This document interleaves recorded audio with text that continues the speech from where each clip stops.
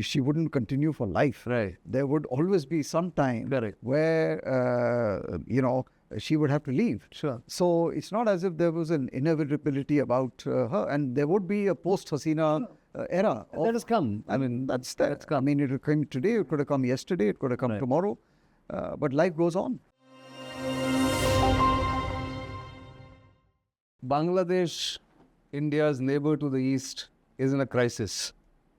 And earlier this week, as we all know, its former Prime Minister, Sheikh Hasina, had to leave the country in adverse circumstances and has taken asylum or shelter, not really asylum, but shelter in India. And the crisis, of course, continues in Bangladesh. Violence levels are still up. They're trying to form an interim government headed by Muhammad Yunus, the Nobel Prize winner, and of course, several other parties there. What are the implications for Bangladesh, for regional geopolitics, and for India in particular, is something that we're going to discuss on this edition of The Gist. I'm Nitin Gokhale.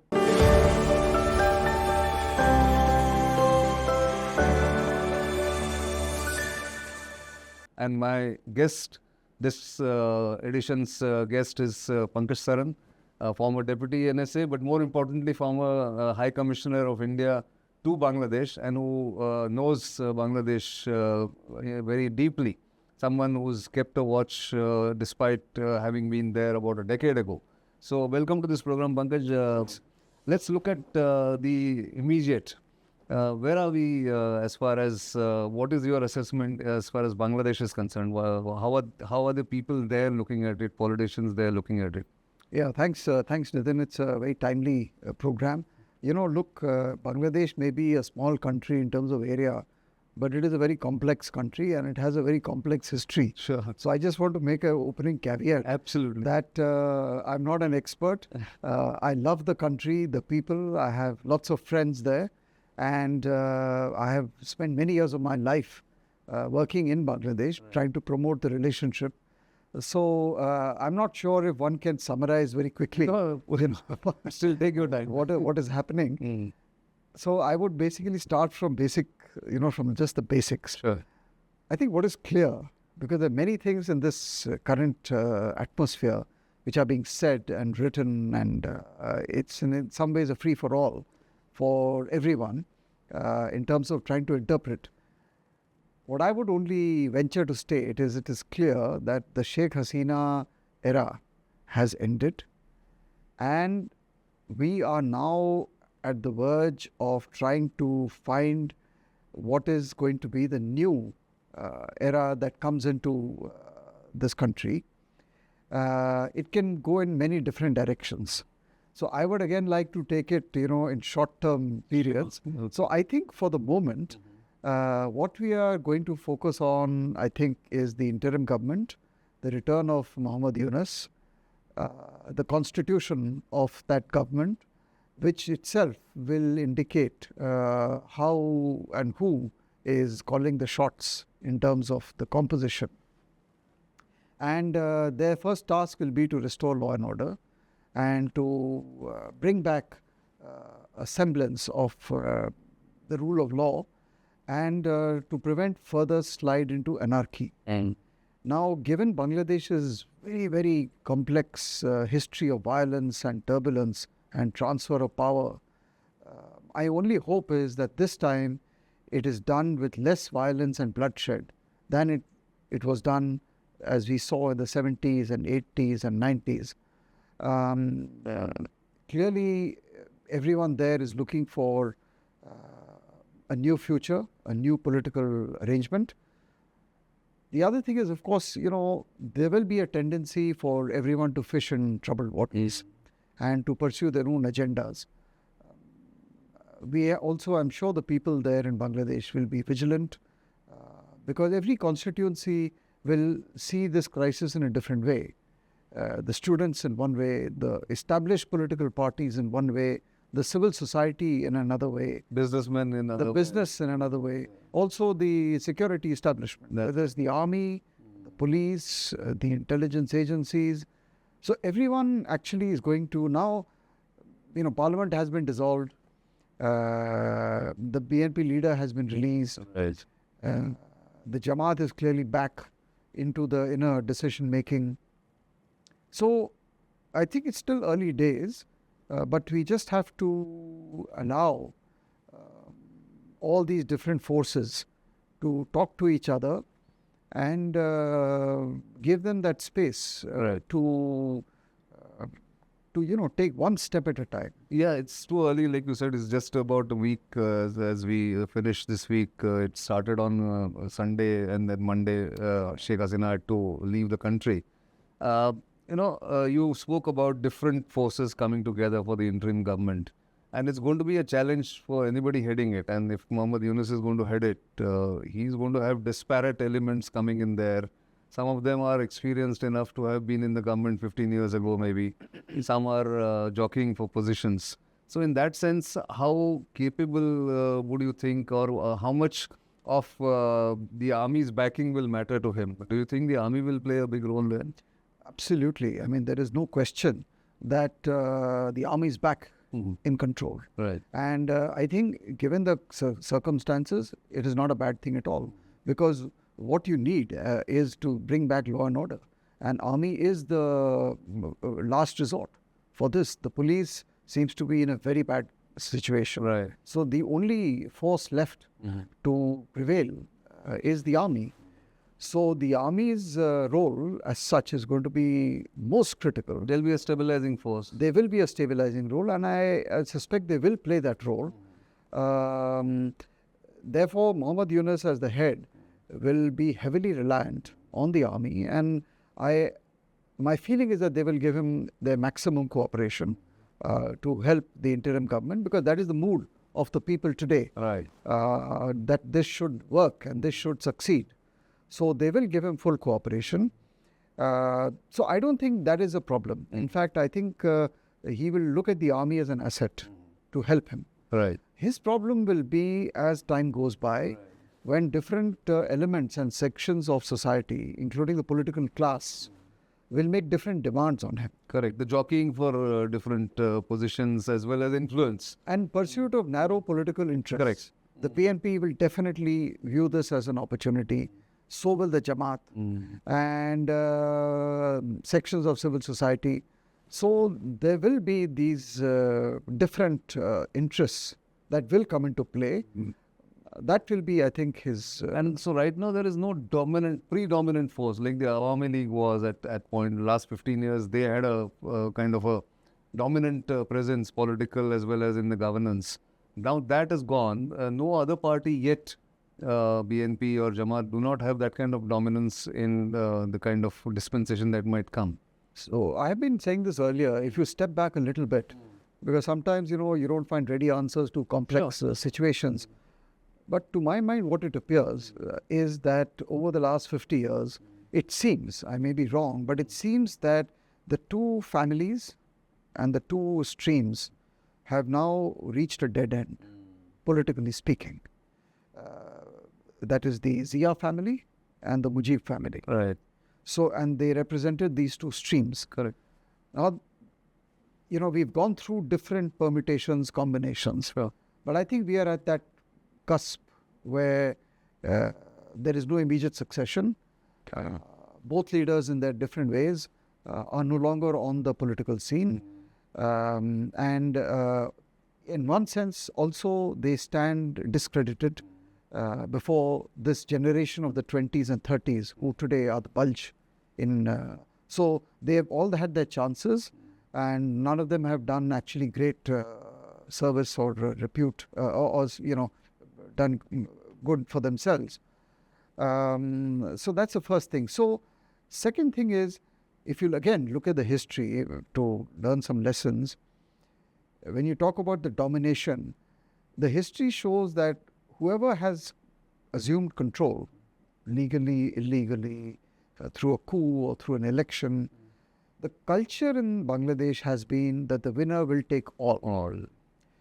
So there is no accommodation. There's no accommodation. So there is no, let's say, system where you might be a prime minister or a president, but you still have the ability, political ability to, handle dissent, handle opposition. And this is true for everyone, whether it was the military dictators, whether it was the Awami, whether it was the BNP. Today, we are, again, that's different from the past. Right. And the field is in that sense really open. And I think in this open field, relatively speaking, if you look at the relative strengths today as they stand of the BNP and the Jamaat, for various good reasons, I think the Jamaat clearly is much more in the front of this organizational capability compared to the BNP. Absolutely. And it is again tables turned, because till in the past, it used to be the BNP which used to lead the front and then supported by the Jamaat. Was at the back. I think today the tables have turned. The Jamaat is in the front, and the BNP is a highly weakened political force for faults of their own. Right. And of course, everything else that has happened. So, to answer your question in a I get it. I think the Jamaat clearly is the front runner in terms of the political formation. Yeah, if you have to grade them, so it's number one, number two, like that. And also, this Jamaat is different. It is not the 71 Jamaat. Right. Those leaders have no longer exist. Right. These are a new set of leaders. Now, the Jamaat, this set of leaders, again, time is a great healer in that sense. Today's Jamaat actually cannot tell the youth of Bangladesh that, that Bangladesh was a mistake, or that we don't believe in Bangladesh. They dare not say that. There will be a counter-revolution. I have no doubt. So we have a different Jamaat leadership. But they will pursue their agenda. The question we have to watch is whether over a period of time their ideology has evolved, number one. Number two, how much control they have over their cadres. Because it is clear that they are radical. The question is this command and control is critical. Also, there is now more than one Islamic party. Hifazat, and there are others. Yes. So yes, I would say in the interim, or let us say in the immediate, this is how it looks to be. Sure. That is the internal Bangladesh situation. How should India now deal with the new reality? Like you said, Hasina era is over. So is more or less Khaleda Zia's era is no longer possible to be a dominant force there. So how does India look at, should India look at this? Firstly, I have no doubt that the government is looking at it very closely and giving its maximum attention. My own personal view is that for the immediate, I'm talking just days, we just let the post-Hasina days play out.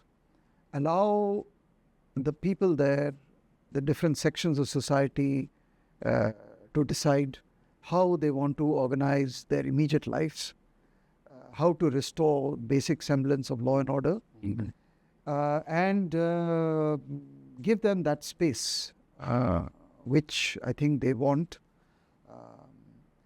That should be our immediate. We are not, I don't think we should be in the business of giving any advice. We let it, let it go as it is. But yes, if I was a Bangladeshi, and I know how sensitive Bangladeshis are to any advice from Indians. So with that caveat, and I don't know who's going to be watching your show, and I'm sure there'll be a lot of trolls who will be abusive and not like what I'm saying. I would say that the immediate priority should be restoration of the law and order. Correct. Return of, as I said, the basic state institutions. And that actually has to be the basic, immediate priority. Institutions have to be rebuilt. Now, as we know in India, these don't take years, they take decades. But I again have a feeling that the Bangladesh of 2024 is very different from the Bangladesh of, let us say, 1991 or 1975. They are more open to the world. They have seen more links. There is a completely new generation, maybe two generations, the post-71 generation, who are empowered, who are much more confident. Worldly wise also. worldly wise. But the building of the institutions is a long-term process. Right. So I think we have to we have to first deal with crisis management, Yeah. then picking up the pieces, and then over the long term, medium term, building the institutions. Sure. So, one of the concerns that the security establishment always has is the old history between India's northeastern states and Bangladesh, and how the insurgent leaders of Indian northeastern groups had taken shelter there, they had got encouragement there, they had got sanctuaries there. So, one apprehension in the India's northeast, and since I, like you, I have a lot of affinity towards India's northeast, I keep getting these inquiries from people that what is it going to be? Is it going to be a return to the 90s? So I'm not sure how it is going to be, but since you've worked there and you've still know the place, do you think anybody will have the time for Indian insurgent leaders at the moment, or it's too far-fetched right now? See, some of it is very speculative. Yeah. We don't know. But what we do know is the past. Right. And what we do know is that there is circumstantial evidence. So I think when you talk about the security aspects, which are actually the most critical when you talk about Bangladesh, the first, of course, is the border. And I just want to spend a little time on that. It's 4,000 plus kilometers, 5 states. So I think the BSF being put on alert and beefed up is absolutely essential and critical. Right. Because that is our immediate challenge when you're talking about what should we do now. Exactly. But on the the other matter of insurgents, terrorism, radical ideologies, export of instability to the Indian Northeast, we've seen it all. And we've seen very sophisticated strategies being pursued by regimes and governments in Bangladesh, and which have been very successful in actually destabilizing the Northeast and West Bengal. Correct. So, from a planning point of view, we cannot rule it out that we might return back. Yeah, we must take that into account. Yeah. And whether it comes or not, it's a different issue. And there is also enough circumstantial evidence to show the linkage or the correlation between which political formation was in power in Dhaka. True. And when these activities spiked. Absolutely. That is not a speculation. No. That is a matter hard of fact. It's a fact. Yeah. So that is not interpretation, that is fact. Right. So we have to take all that into account and be prepared for it. Right. Over these 15, 20 years, India has actually invested a lot of money in infrastructure in Bangladesh, joint ventures, a lot of projects have happened. What happens to those? There are some in private sector, there are some in government, government enterprises have gone there, Indian government enterprises. And I think both were benefiting because there were power grids, some power projects, there have been connectivity projects, all that. You think this will continue? Again, this will be the first challenge that will face the interim government, because I think right now we are at the peak of anti-Indian sentiment. If it's a culture center, if it's Indians or if it's anyone else, Indians are in the target, whether we like it or not. Sure. So if it is the heat of the moment, then I would say yes, everything related to India is in danger. Is in danger. But you cannot say this about the medium and the long term. Right. Now, that's the first thing. Second thing is that, this investments we have made, as you said, they cut across sectors. Sure. By the way, they also cut across political ideologies. The money that we have invested, the infrastructure that we have helped to build, the connectivities, they were not ideology specific. No. They were not for Sheikh Hasina or for the Awami League. They were for the people there. They were for the people. So this, we have almost in the last few years reached almost 1.6 million visas, maybe more. Yeah. So it's not as if everything we've done is for one individual or for one section of their society. Correct. It's for the people. In the anger, people might think of that, but if you look deep down, they know that it's spread across the society. But if we have power lines, we have LPG lines, everything has been built. Yeah. Now, what is going to be the rage and how much they want to suspend and cut? Correct. That is their decision. Sure. But the fact is that India is not going anywhere. Yeah. We are here. The geography. They are here. And whether we like it or not, we have to live together. Obviously, we learn by our mistakes, and they hopefully will learn by their mistakes. And probably India will have to also look at bailing out Bangladesh because their economy is not doing too well. There is another parallel that comes to mind. A lot of people have talked about it, that how India helped Sri Lanka during its crisis. It was a different crisis, but it was a crisis nevertheless as far as economic crisis was concerned. Bangladesh might be facing a similar economic crisis in the months to come. Yeah, clearly the last 2 years, it was clear, and the government itself admitted it, that they were basically facing depletion of foreign exchange and very high rates of inflation. And this also contributed to the anger against the government and this was all a fallout of the Ukraine conflict, the twin shocks of energy and food. And India provided that buffer and the safety net. So yes, this is going to take a big toll on the economy and day to day. And at some stage, I can imagine that with Mohammad Yunus as the head, it will be much easier today to access World Bank and IMF loans and assistance. But India is here. Yeah. But I don't think India is going to rush in. India will like to watch and wait. I don't think we are going to superimpose ourselves. Exactly. But we are available. That's my view. Yeah. If there is a need. Because, we did that for Sri Lanka. We did that for the Maldives. So it's not specific to Bangladesh. But yes, we are here. And whether it was, and during the Hasina period, we offered the strategic depth, I would say, of the Indian economy. Right. For the benefit of Bangladesh. Linkages have been established. So they are there. They exist. There are two concerns, and finally, that's the conclusion that I want to do.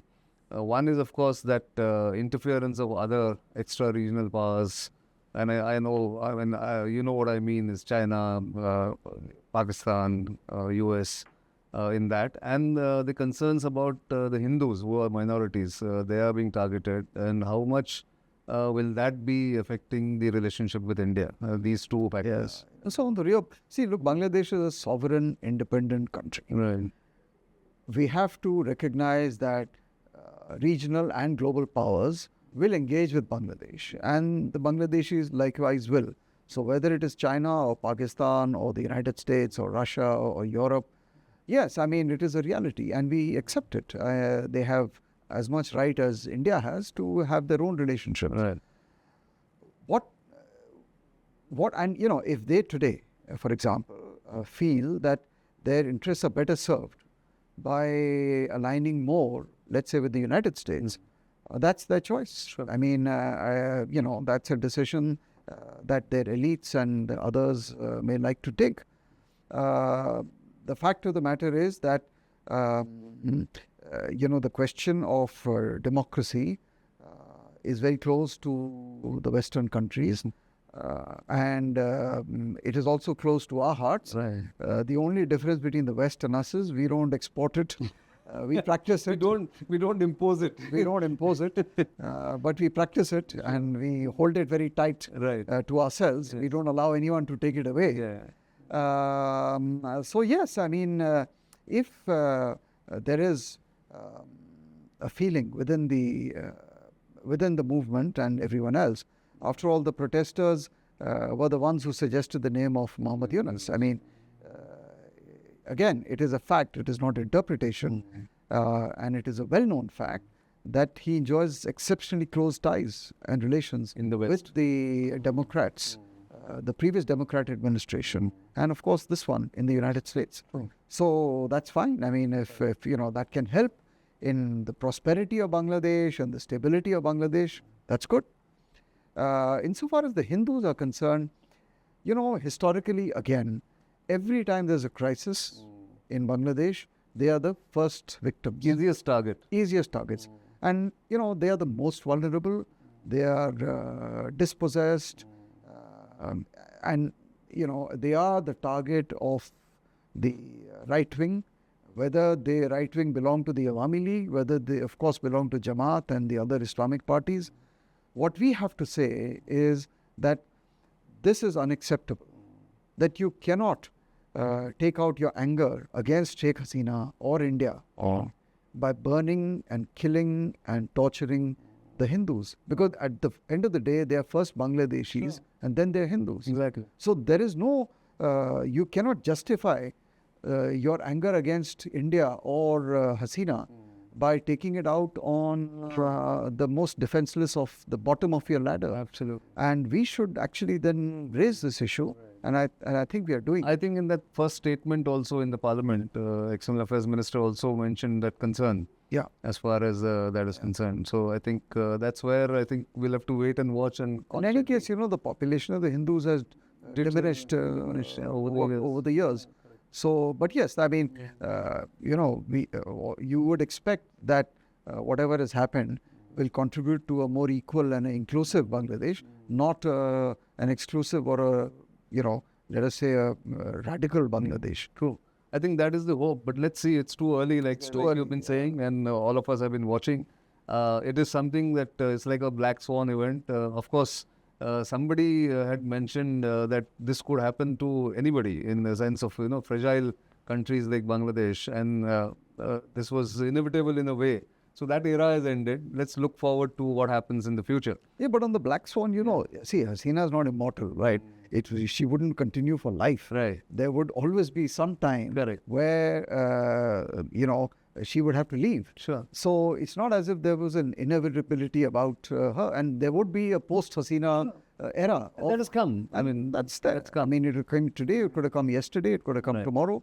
But life goes on. So one additional thing, like you just talked, since we are talking about her, there is a feeling, I think some statements were made that she shouldn't be allowed to stay in India. In Bangladesh, statements were made. How does India deal with this kind of a demand then? I think we will deal with it after Bangladesh has a government. Yeah, exactly. So let's wait for the government. And I think she also may want to go away somewhere if she wants to, because her son has said that, she shouldn't, I mean, she wants to stay in there. This business of seeking, I don't know if it's the right word, asylum, but at least a stay in other countries is a fairly standard. Right. I mean, Tariq Rahman has been sitting in London for 20 years. Yeah, exactly. Despite the Awami League government and the killers of Sheikh Mujib in Canada. So, this is frankly... It's a non-issue in that sense. It's a standard state practice. Right. And we also know how all these countries have refused to extradite these people back to Bangladesh, despite all the requests. Which was one of our grouses also, Sheikh Hasina's grouse, that the Mujib killers... Tariq is there and Mujib killers. And there are so many other countries, so many other global examples. Exactly. So that's okay. I think for the moment, this is the minimum we could have done, was to give a safe sanctuary. Stay, close to your friends. You can't... No, just give safe sanctuary. I mean, to protect your personal... That's right, that was done well. I think at least she managed to come to India in that sense. But thank you very much for these insights. That was Pankaj Saran, our former High Commissioner to Bangladesh and, of course, Deputy NSA, and a keen Bangladesh watcher. He, by his own admission, not a specialist, but very insightful. And so do keep watching StratNewsGlobal. You know where to reach us. We are back with full force. Our YouTube channel is back, as you are aware. So do keep watching for these interesting conversations going forward. For the time being, it's goodbye.